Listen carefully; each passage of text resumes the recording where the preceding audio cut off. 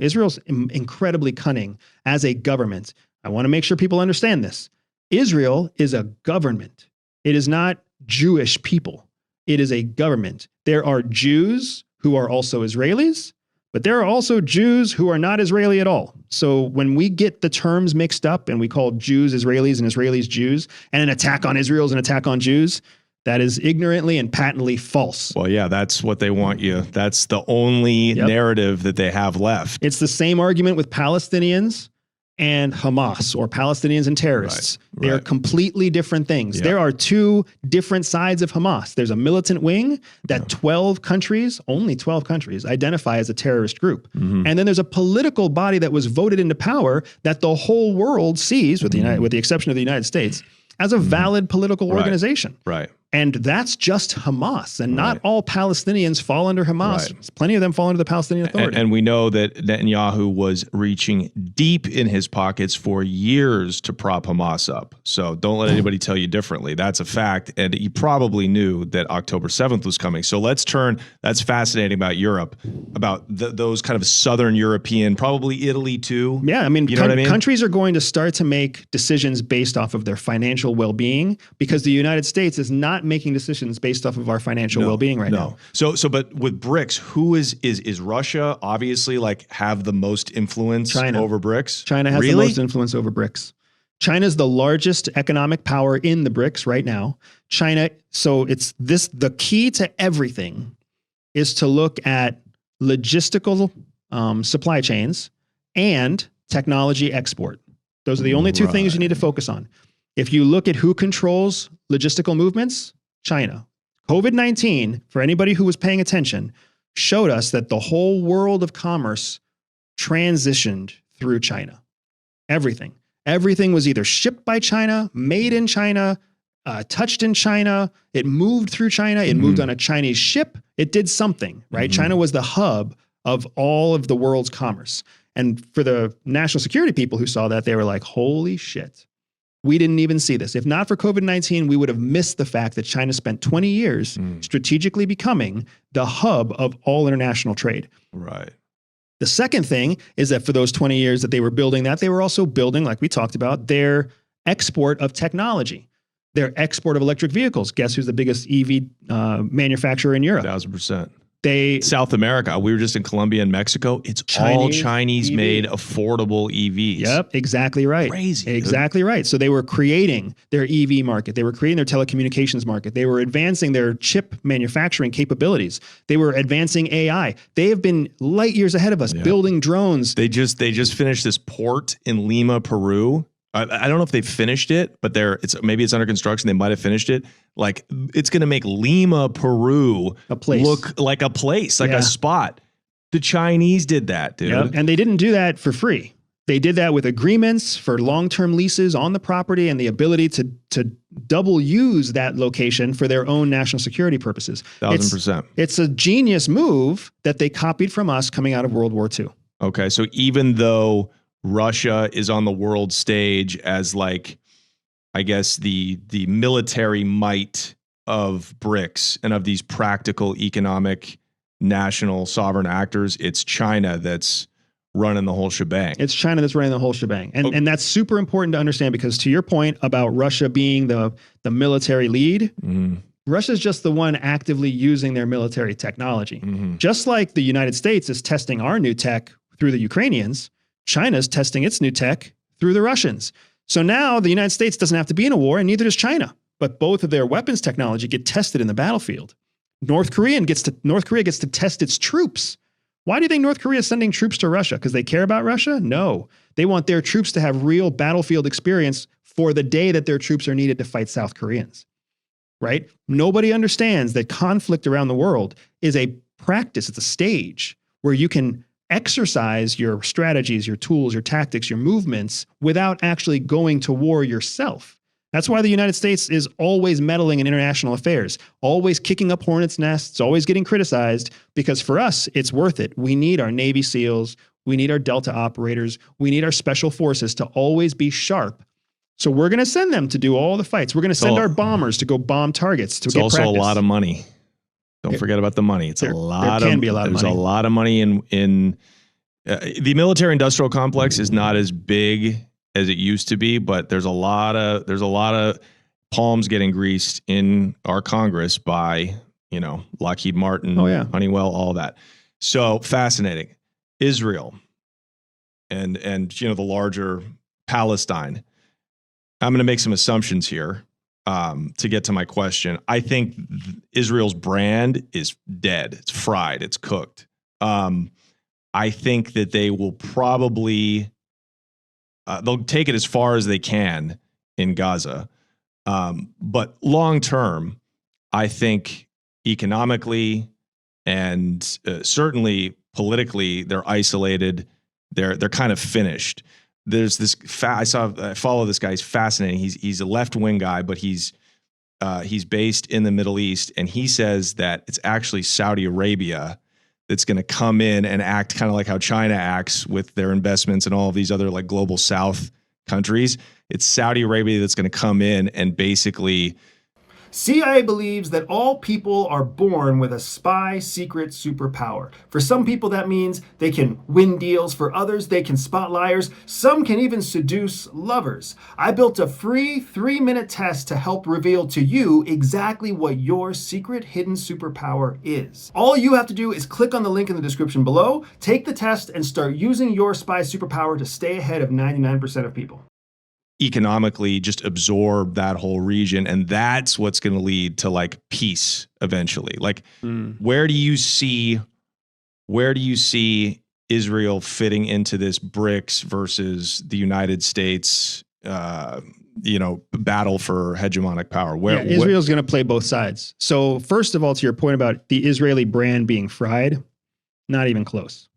Because what people don't understand is that every action Israel has taken from the moment that the tide kind of turned against them in fighting Hamas, once they crossed the 35-ish thousand dead Gazans mark, and they're in the 60s, I think now. Oh, and by the way, that doesn't count the people under the rubble.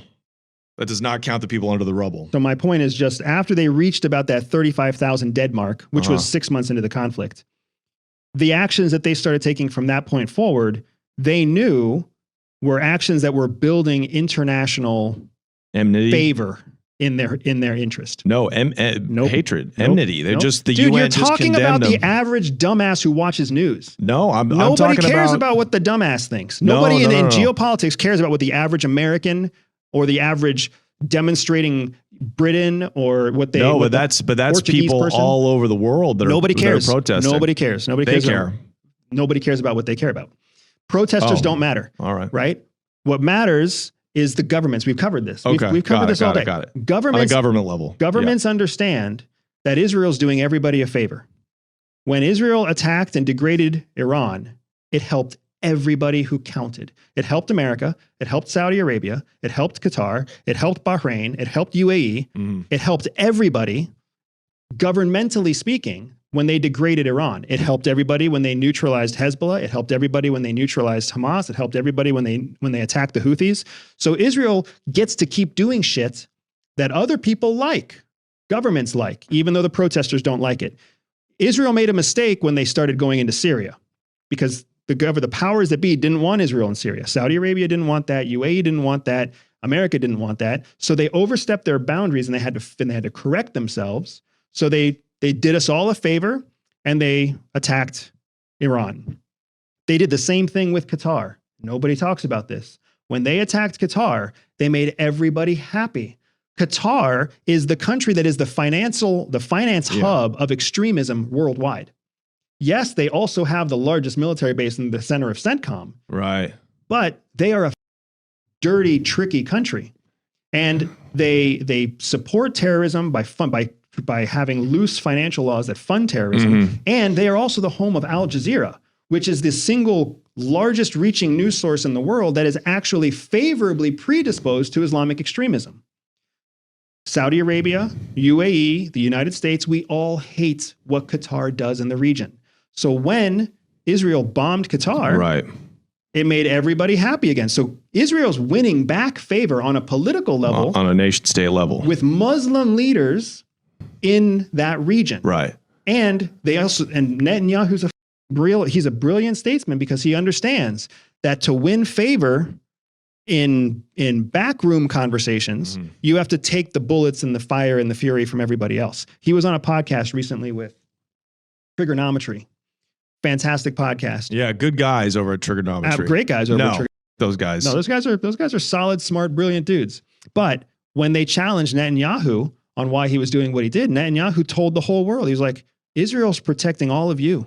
You can criticize Israel as much as you want, but they are protecting everybody. But he's attacking everybody too. He's not attacking everybody. He's attacking strategically the people who are already threats to the West and to the region of the Middle East. So, but what if Hamas gets taken out? It seems like Hamas will never get taken out. That's an empty plane. No, I agree, because if Hamas, it's like Netanyahu doesn't he doesn't want Hamas taken out. He can't have Hamas taken out because then he's standing with no cards to hold. It's the same way as the Prime Minister of New Zealand during COVID. Remember that lady? Yeah. Remember that lady that everybody thought was so impressive during COVID, and now we can't remember her name? She was like, we're going to eradicate COVID in New Zealand. And that was her big promise. And for like 4 months, she was top of the headlines, and everybody was like, we need to be like her. And then what happened? She lost. She failed to eradicate COVID-19 in New Zealand. So she became a complete forget-me-not. So are you telling me that's what's going to happen with Netanyahu? Netanyahu is never going to eradicate Hamas. So, he's making a promise he knows he can't back. Okay, but what is the long-term future of that? Who do they go with? I've already said this. They're going to play both sides, both the East and the West. Israel's going to continue to play both sides. Netanyahu is hoping that by the time the conflict ends, the conservative base inside Israel is going to be lenient on him when he goes to trial for his corruption charges and the other charges that are actively facing him. The only reason he hasn't gone to trial is because they're in a war zone right now. It's an emergency state. Correct. As soon as the conflict ends, he has to face trial. And he is hoping, and the conservative foundation, the conservative group that backs him has probably already made promises to him, just like the United States has made promises to Zelensky, that they will protect him because of the advancement that he's made in protecting the region. Your point about Israeli brand being dead, the whole world will forget, just like the whole world always forgets, within about 9 months to a year about what happened in Israel, because they're going to be focused on whatever comes next, whether that's the building of a Palestinian state, whether that's something else with the Palestinians. As much as it might frustrate us all to hear it, especially inside the United States and most of Europe, no one's going to remember. So that's kind of you kind of made like a hopeful take there. You think there will be a resolution. You don't think they're going to kill 2 million or drive 2 million Palestinians? Saudi Arabia won't let it happen. The largest sponsor for Palestinian independence is Saudi Arabia. Right. And so you think they're not just playing politics when they say that peace can't exist until there's a solution, some kind of Palestinian state? Peace can't exist doesn't mean bombs keep blowing up. Peace hasn't existed in the Middle East for centuries, right? So it doesn't always mean that there have to be bombs going off. There's not been peace. There's never been more war than when Israel moved in there. I'll tell you that much. That's a fact. Okay.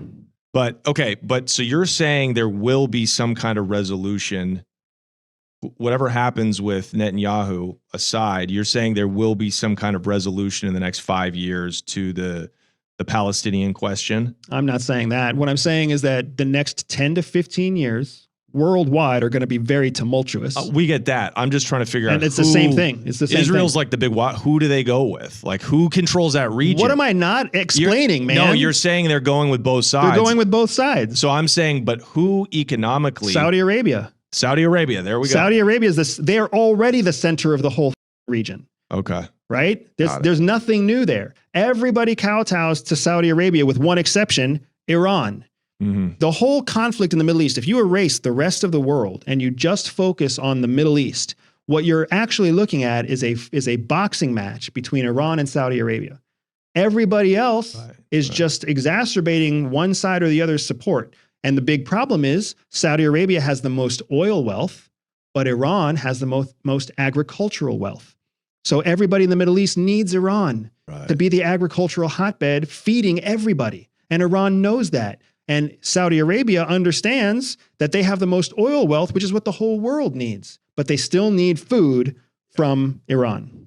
So because Saudi Arabia is cozying up to BRICS, and sounds like they might even, I don't know that they need to be a part of BRICS, but maybe will become a member state of BRICS, and Saudi Arabia has the most influence over the region. It sounds like it's more likely that Palestine, Israel, that greater area will fall under the influence of BRICS more than it will the United States. Saudi Arabia plays both sides too. Mm-hmm. It's really hard for Americans to understand how Middle Eastern culture works. It's an incredibly complicated, very sophisticated, deceitful culture, right? Because if you think about how Bedouins survived prior to the 1950s, all of the Middle East was a barren wasteland of Bedouins. They didn't have natural resources. They didn't have industry. They literally were just struggling to survive every day. It's easy to like just nod your head and say, "Oh, that's interesting." 1957, I think it was when the British found oil in Saudi Arabia. 1957. That late? That's not that long ago. No. And they started signing deals with the families that owned the most tribal land to start drilling for oil. And then they started paying those families for the oil that they were drilling. Now, it was just like what happened in the United States with the Native Americans. They didn't pay them very much, but the money that started coming in completely revolutionized the Middle East. Totally. So that means from 1957 till today, which is less than 100 years, 1957 to today is one generation of people. There are still people walking through the streets in Saudi Arabia and UAE that were kids when oil was discovered in their country. Right. In their lifetime, they have gone from living in tents, riding camels, drinking camel milk, to riding on trains and airplanes that have their country blazing across the side of it, right? Pooping on hot chicks. It's a huge evolution. I mean, if I was a rich Emirati, I would probably be tempted to poop on somebody too. Look, I'm willing to be pooped on. I can be bought. So if you're watching this, like, let's talk numbers, dude. Please, somebody. Zach Waxenberg at 3 Arts. That's my manager. Somebody shit on Johnny. That would be awesome. Zach's going to call me and be like, dude, are you crazy? What are you doing, man? I don't want to be shit on. That is not a paycheck I would take, but I'm happy to watch you. Depends with the diet, I guess. I would rather have Is it solid? Is it running? I think it's logged up. I think I'd rather have it logged up. It's easy. That's just you get some tongs from the grill and just flick it off of me. So it sounds like that is the most, but either way, the U.S. influence is going to be diminished. U.S. influence is already diminished. Yeah. The fact that you see Netanyahu opposing what Donald Trump says publicly, it's already diminished, right? And we just need to understand that is the current state. That's the inertia. Saudi Arabia and Israel have always played both sides of the equation. They have always been American allies in name only, but always executed their own independent operations, which is why you had Biden calling the Prince of Saudi Arabia a pariah. Right? You've always, and yet we still sell them weapons. The relationship is very, very complicated, but the thing to understand is the Middle East is always playing both sides because geographically it's in their best interest. And everybody in the world knows that the United States is really far away, except for South America and Central America. For everybody else, they're like, United States talks a lot, but they're pretty far away. Yep. And if we now have alternatives for financing and technology with China, why do we have to cooperate with the United States at all? So that brings me to South America, the Americas. That logically to me is if we can't dominate anywhere else in the world, we're going to dominate in the Americas. And you see it happening with Venezuela. It looks like they're trying to pull Emmanuel Noriega on Nicolas Maduro. Do you have any thoughts about that and about, where will we dominate? The United States is in a tough pickle because we know our financial and diplomatic influence is decreasing everywhere.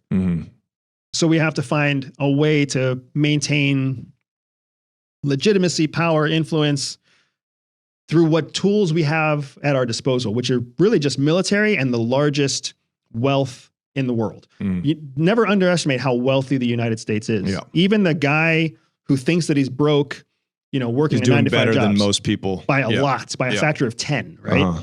So that buying power is huge for everybody else in the world. So what we're seeing with South America and Latin America is that they're within our sphere of economic influence to the point where we can we can motivate and incentivize them through things like tariffs, trade deals, et cetera, to kowtow to our political demands. Remember, we were talking about how the Western powers are ideological powers. So we're trying to kowtow, we're trying to get them to bend to our ideological will. Right. After decades where they came second or third on our list, or third or fourth on our list, right? Because what do we care about? When have we ever cared about Panama? When have we ever cared about Ecuador? When have we ever cared about Venezuela? Right? They don't. Only when they don't do what we want. Bingo. So now that the whole world is not doing what we want, I think you're right. You're seeing that the United States is saying, well, we need to demonstrate our power at least in the Western hemisphere, and even better in the northern and southern side of the Western hemisphere. Right. So to Canada, just as much as to Mexico, just as much as to Venezuela, right? But, and we're seeing that with these unprecedented attacks on drug boats in international alleged drug waters. boats. I just want to point that out. Alleged drug boats. What is the legality of that? It's from tricky. your standpoint. I'm pretty sure it's illegal. I'm pretty sure it's illegal. But then again, so was our bombing of Iran. That was illegal. So is the invasion of Ukraine. That was illegal. So is the killing of Gaza. I mean, there's so much. What's happening is we're becoming indoctrinated. We're becoming less sensitive, desensitized to illegal acts of violence all over the world and even here at home. Do you think it's tricky because Maduro, I think he took power. I think he rigged his first election back in like 2016, but I think his most recent election, he actually won fair and square. That's funny because most of the people that I talk to, it's the other way around. That the first he one won was the first fair, one, and the second one was rigged. Interesting. That's how most people in my like intel circles believe that that's more likely the case. Regardless, regime change anywhere is very difficult to pull off. Even in Venezuela. Because you don't know who's going to come next. You don't know who's going to come next. And Venezuela is still a country where all those poor masses have an equal vote. So if you truly want a democratic vote, you're not going to like who they pick. They also have big oil contracts now. They have big export contracts with Russia, with Iran, with India, with China. So all those are BRICS countries. I know. So, I mean, there's no good solution and there's no good, clean answer. That's why the United States is lined up for 10 to 15 years of pain. And in those 10 to 15 years, we will decide whether or not we end our pain or we guarantee more pain. How do we end our pain? With some kind of drastic change to policy that is going to make a lot of people uncomfortable, or fentanyl. Maybe that is the policy, mandatory fentanyl. That will definitely make people not care about what's happening. Okay. What? There's no way around this, dude. This is what people don't understand. There is no way around the fact that we have to make a drastic change to the way that we govern ourselves, or else we are going to keep getting worse. We're going to keep killing our middle class. We're going to keep creating an income divide. We're going to keep electing populist leaders. Cult of personality. There's no escaping this. We have created the precedent. We have created the momentum in this direction. So unless we, the people, make some kind of drastic change, it's going to keep going in that direction.